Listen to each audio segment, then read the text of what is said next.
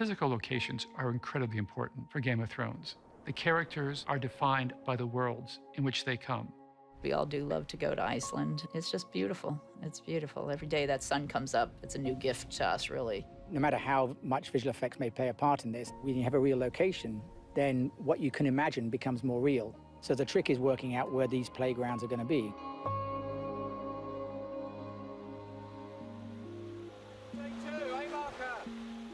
Every year is nice to come back and then you read it and you go, oh my God, really?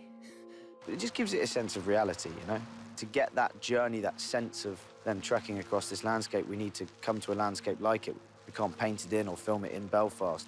The joy of my job is we get to come to these locations that are just, it's extraordinary. As wonderful as Belfast is, you can't get the spectacular sweep of locations and vistas you get in Iceland and Belfast.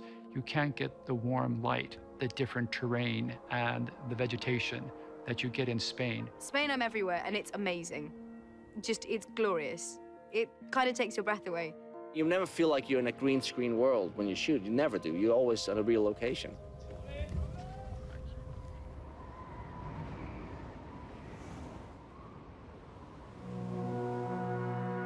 I remember when Chris showed me a picture from Iceland when I first came on the show, and I said, that's what we need to start doing. We need that bigger vistas. You know, that's what this show demands. Iceland's always been north of the wall since season 2, and I think you'll find landscapes like this wouldn't have been imagined for map paintings unless we'd come. It's very challenging to shoot in Iceland. You know, it can be very cold, and that's hard. Guys are pulling focus with their freezing fingers. I don't know how they do it. Light is the given. That's the non-changing thing. It'll always be less light in the winter here.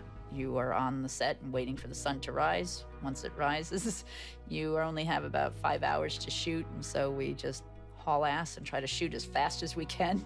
There's something magical about turning up to set, and then the light appears and you see what you're shooting in. This is going to make the episode what it is. It's incredible, and I think to give North that kind of wild quality, Iceland is the only place to be.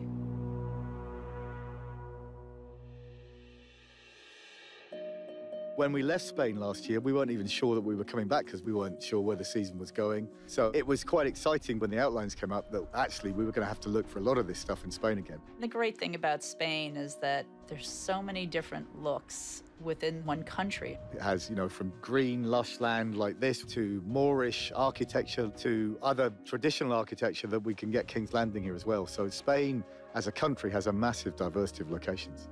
Coming to this location, it could have been any number of countries. Something kind of ancient and epic about it. It's an amazing place to come. I really enjoy shooting in Spain. There's like locations that you almost can't believe are just here.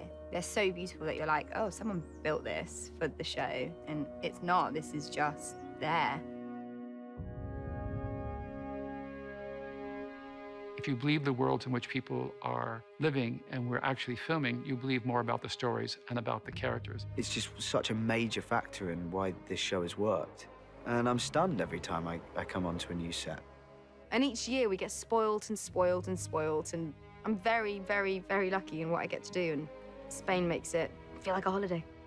This is not a bad place to work, is it? This is like an amazing way to spend a day of work. This is our 3rd year shooting here. It gets better every year. And the locations just, I mean, you know, I live in New York City. This is breathtaking.